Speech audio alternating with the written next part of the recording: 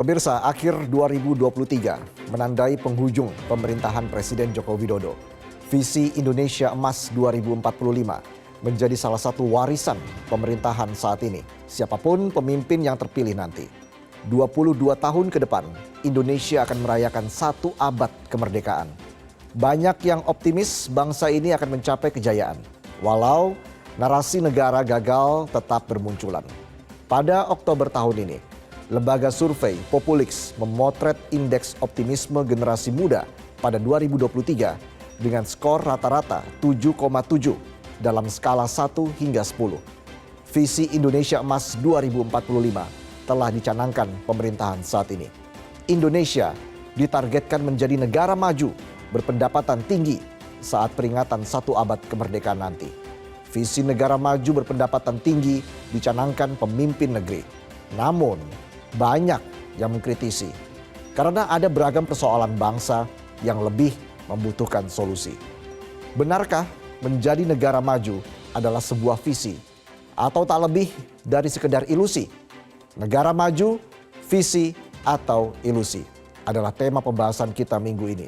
Dan sudah hadir di studio bersama saya, di sebelah saya sudah hadir Dekan FEB Universitas Indonesia, Teguh Dartanto. Selamat malam, Pak Teguh, apa kabar Pak? Alhamdulillah baik, sehat. Dan juga sudah hadir pakar politik, Profesor Ikrar Nusa Bakti. Prof, apa kabar Prof? Baik, Alhamdulillah.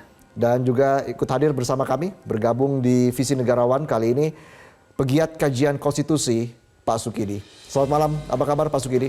Malam baik, Alhamdulillah. Pak Sukidi, kalau kita bicara soal dalam konteks menuju Indonesia Emas 2045, Pak Sukidi, sebenarnya kita ini masih on the track tidak Pak? Kata Bung Hatta, satu zaman besar tetapi kita menemukan manusia kerdil. Indonesia ini didesain sebagai satu negara bangsa modern yang diproyeksikan untuk menjadi negara maju, tapi kita mendapatkan pemimpin yang berjiwa kerdil. Pemimpin yang berjiwa kerdil justru bertindak melawan impian republik yang telah diletakkan oleh ibu dan bapak pendiri bangsa. Pertama, ibu dan bapak pendiri bangsa mengamanahkan secara konstitusional bahwa bumi, air, dan kekayaan alam dikuasai oleh negara dan diperuntukkan untuk sebesar-besarnya kemakmuran rakyat. Prakteknya, kekayaan alam justru diperuntukkan untuk kemewahan segelintir orang dan tidak dipergunakan untuk sebesar-besarnya kemakmuran rakyat. Inilah yang terjadi hari-hari ini ketika kita melihat ketimpangan yang terus naik antara mereka yang kaya raya dengan mayoritas rakyat kita yang rentan hidup miskin dan 25 juta lebih rakyat hidup miskin. Bukti kedua adalah penentu kemajuan suatu negara ditentukan oleh human capital, modal manusia. Efek dari ketimpangan ini adalah mayoritas rakyat kita memperoleh rendahnya modal manusia. Dan menurut data Bank Dunia tahun 2022, indeks human capital kita itu berada di 130 dunia. Dan ini menunjukkan apa yang disebut oleh Presiden Kim, mantan Presiden Bank Dunia, terjadi apa yang disebut dengan human capital gap. Kesenjangan modal manusia antara negara maju dan negara berkembang. Nah, kita tertinggal jauh bukan hanya dengan negara maju, tapi hanya dengan negara tetangga sekalipun. Dengan Singapura kita tertinggal jauh. Padahal human capital itu adalah penentu kemajuan suatu bangsa. Karena itu rendahnya kualitas modal manusia itulah antara lain menjadi faktor kenapa kita amat sangat mustahil untuk mewujudkan impian Indonesia Emas itu. Sangat mustahil. Pak Teguh, 22 tahun tidak realistis menurut Anda Pak Teguh? Iya, saya menulis ini di dalam white paper LPM FEB UI, di dalam satu chapter mengulas secara mendalam mengenai visi Indonesia 2045 terkait dengan Indonesia Maju. Saya menggunakan data histori yang ada dan juga perbandingan dengan negara lain. Memang kalau visi Indonesia Maju itu hanya tereduksi menjadi pendapatan, menurut saya itu sulit dicapai dengan kondisi saat ini. Makanya sebenarnya visi saya cukup kaget kenapa kita mereduksi istilah maju itu hanya dengan ukuran pendapatan. Karena para pendiri bangsa kita itu mengamanatkan adalah negara merdeka, bersatu, berdaulat, adil, dan makmur.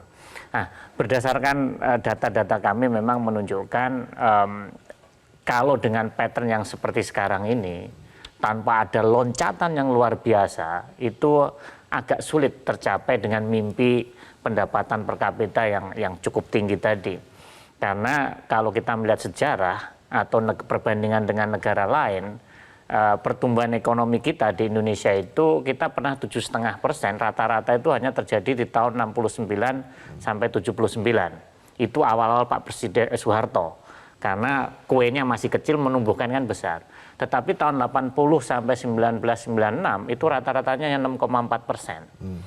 Tapi setelah tahun 2000 rata-rata pertumbuhan ekonomi itu kita cuma 5,3%. Artinya memang mimpi yang disampaikan itu karena untuk mencapai visi Indonesia Emas 2045 itu dibutuhkan pertumbuhan 5-6%, 6% lah minimum yang harus kita jaga agar kita bisa mencapai. Jadi saat ini bisa dikatakan masih mengawang-awang. Menurut saya sangat kurang realistis lah, dan saya ingin menyampaikan bahwa visinya menurut saya negara maju itu, persepsi saya mungkin generasi milenial, negara maju itu bukan itu.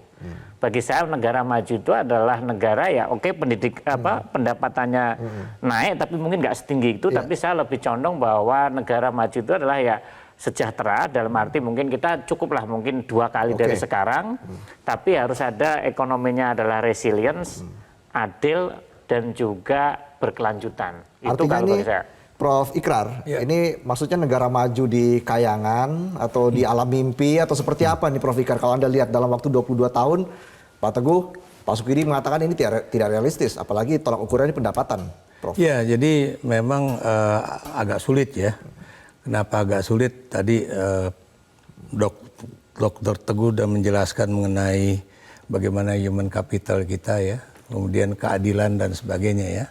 Dan Anda juga tahu untuk menjadi negara maju itu banyak sekali faktornya ya. Bukan cuma human resources development-nya, tapi juga misalnya bagaimana ekspornya juga bagaimana ya. Ekspor itu harus tetap lebih tinggi dibandingkan import ya. Kemudian juga bagaimana pendapatan per kapitanya itu apakah akan semakin baik atau enggak ya. Kalau kita sekarang masih 4.580, untuk tadi disebutkan sampai 30.000 itu impossible. Paling banter bisa sampai 10.000 aja udah untung banget ya. Kemudian dari segi pertumbuhan ekonomi ya, tadi Dr. Teguh udah menjelaskan ya bahwa kita nggak pernah mencapai di atas 6% gitu kan.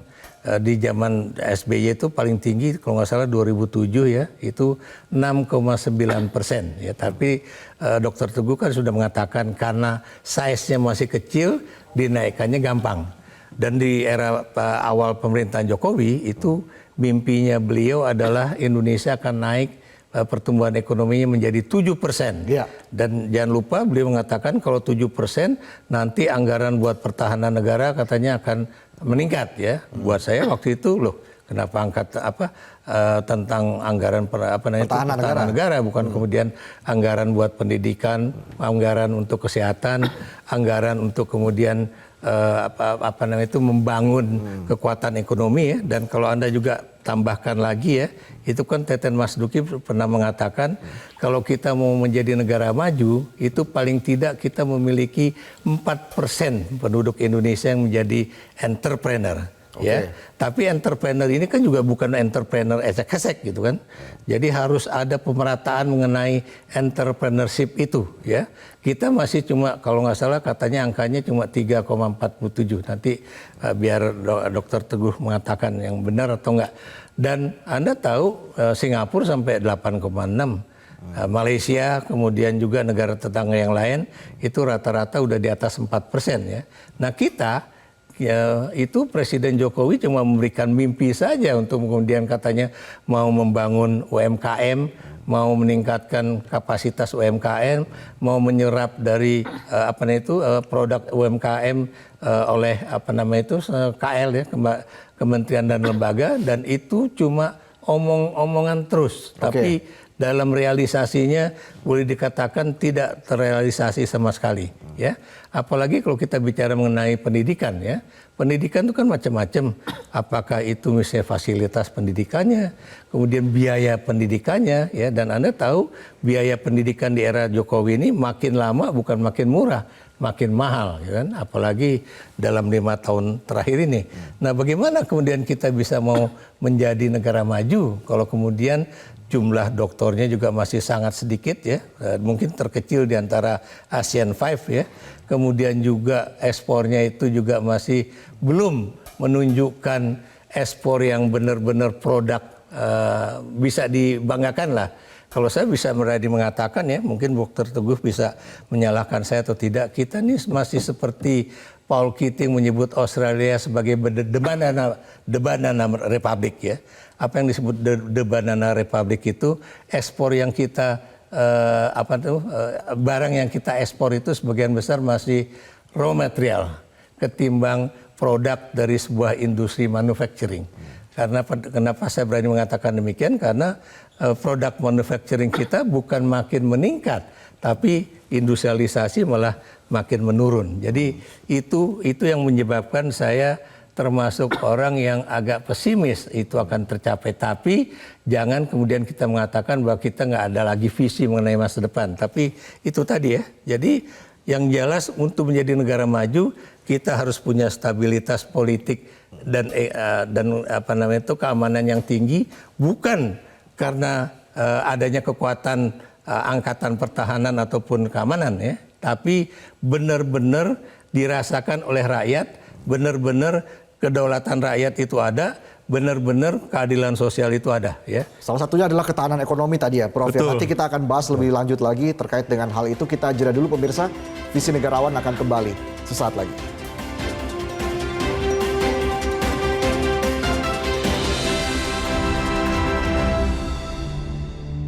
Jelajahi cara baru mendapatkan informasi. Download Metro TV Extend sekarang.